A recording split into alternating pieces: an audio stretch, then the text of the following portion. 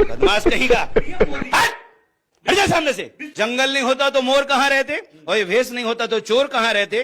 तमाम प्रकार के अपराधी, फसली, कतली, नकली, वो भी इसी भेष में छुपे होते हैं। हम देश के साधुओं से पूछते हैं, आपने अपना पिंडदान कर दिया, आपने घर छोड़ा, पत्नी छोड़ी, माँ छोड़ा, बाप छोड़ा, भाई छोड़ा, बेटा छोड़ा, समाज छोड़ा, इष्ट मित्र बंधु बांधव छोड़ा, अब किस माया में फंस गए? सरकार से डरते हो। राम की रोटी खाकर राम के लिए नहीं बोल पाए, राम का खजाना लुटा, और जटाजूटधारी पाखंडियों तुम नहीं बोल पाए। इस देश में 5000 कथावाचक हैं, नाचने गाने से लेकर के और ठगने लूटने वाले, तमाम क्लीन सेफ चेहरे वाले जटाजूटधारी इच्छाधारी ये कथावाचक हैं। क्यों चुप हैं?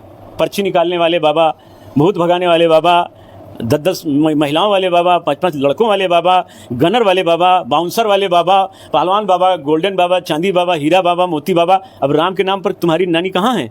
मर गई? नहीं बोल पा रहे हो? शर्म आ रही है पाखंडियों? बोलो राम के नाम पर। देश आपसे जानना चाहता है कि राम की रोटी खाने वालों, अपने मठ मंदिरों में अय्यासी छोड़कर भगवान का काम करो, अन्यथा ये देश तुम्हें कभी माफ नहीं करेगा। तो आप चिंतन कर लीजिए, आज के 40 साल पहले, 35 साल पहले बाबा लोगों की जमात गांव में जाती थी।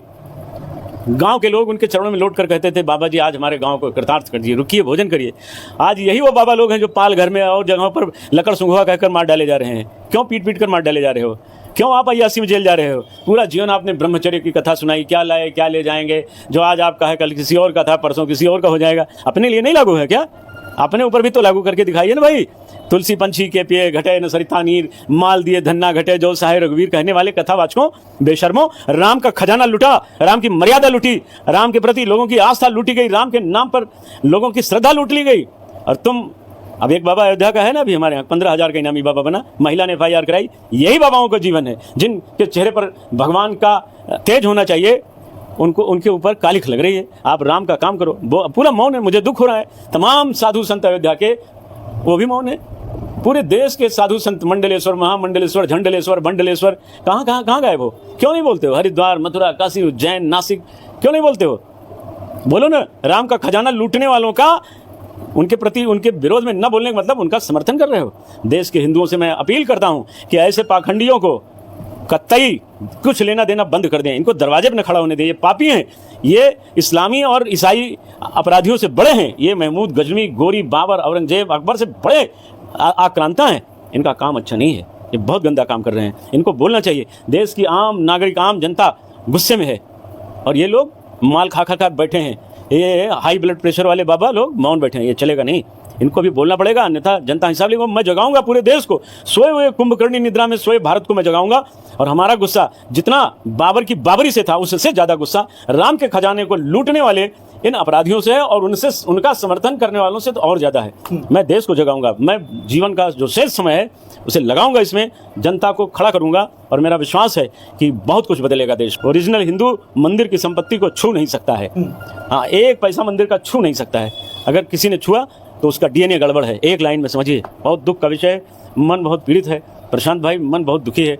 मैं देश के लोगों से इतने कहूंगा कि साधुओं से अपने को बचाइए, लुटेरों से बचाइए। ये सब साधु हैं, साधु कोई नहीं रह गया। क्यों नहीं बोल रहे हैं? अयोध्या के 4-6 साधु बोलते हैं। खाली अयोध्या में 4-6 साधु हैं, आधा दर्जन।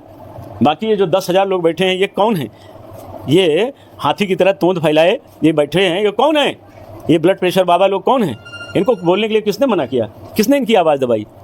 अगर ये नहीं बोल रहे हैं, इसका मतलब ये चोरों के सहयोगी और समर्थक हैं। सफाई देते हैं। हिंदी, उर्दू, अंग्रेजी, इंग्लिश, अरबी, फारसी में कथा सुनाने वाले आज उसको बताते हैं, चोरों को बताते हैं कि ये तो बड़े त्यागी हैं, ये तो महात्मा थे, इन्होंने कभी गलत काम नहीं किया। भाई मेरे, जो आरोप इन लोगों पर है ना, जो इनके कुकर्म हैं, खोल दिया जाएगा तो पूरे संघ परिवार को धंस जाना पड़ेगा। बहुत खराब है, इसलिए मैं उस पर इसके आगे नहीं कहूँगा। बस मैं यही कहूँगा कि संघी भाइयों, आप लोग भी अपराधी को बाहर कीजिए। विश्व हिंदू परिषद के लोगों, अपनी इज्जत बचाइए। भाजपा के लोगों, अपनी इज्जत बचाइए। चुनाव आपको लड़ना है, आपको ही जवाब देना पड़ेगा, हमें नहीं जवाब देना है। हम तो राम जी की आवाज़ उठा रहे हैं। हमने पूरा जीवन राम को सौंपा है। मरने वाले दिन तक राम के बेटे हैं, इसीलिए पापियों के खिलाफ बैठे हैं। बिल्कुल नहीं मानेंगे, आखिरी सांस तक हम इनका पीछा छोड़ेंगे नहीं।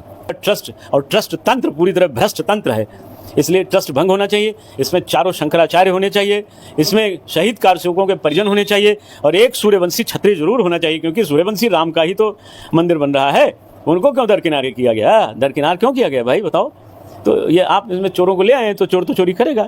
एफआईआर को लेकर के चर्चा है, जिस तरीके से उसमें नाम जो है टिन्नू यादव का दिया गया है, उसके आगे श्री टिन्नू यादव लिखा गया है। अब आप समझ लीजिए एफआईआर किसने लिखवाई है? कृष्ण मोहन यादव जी ने, श्री कृष्ण मोहन यादव जी। तो वो एफआईआर लिखवाते चंपत राय के खिलाफ क्या लिखवाते? मेरे परम पिता ब्रह्म स्वरूप परम पूजनीय वंदनीय मेरे परम आदरणीय पिता स्वरूप श्रीमान महामहिम चंपत राय जी लिखते। श्रीमान अनिल मिश्रा जी ब्रह्म स्वरूप शिव स्वरूप विष्णु स्वरूप सब जोड़ के लिखते। पिता का नाम किसी में नहीं लिखा है एफआईआर में, किसी इन चोरों में से किसी के बाप का नाम नहीं लिखा है।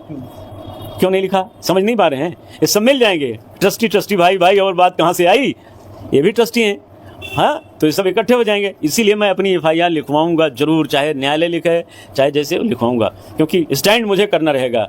मैं ट्रस्टियों पर, भ्रष्टियों पर और संघियों पर मुझे कोई विश्वास नहीं है, जिन्होंने भगवान को लूट लिया, भगवान को लुटवा दिया, भगवान का खजाना लूट लिया। मूर्ति भी नहीं सुरक्षित है, मूर्ति में भी घोटाला, 40% का कमीशन मंदिर निर्माण में। भगवान राम काले काले थे, बतावा हो, भगवान राम करिया करिया रहे, कितने सुंदर थे। और उनको कहाँ क्या बना दिया गया है?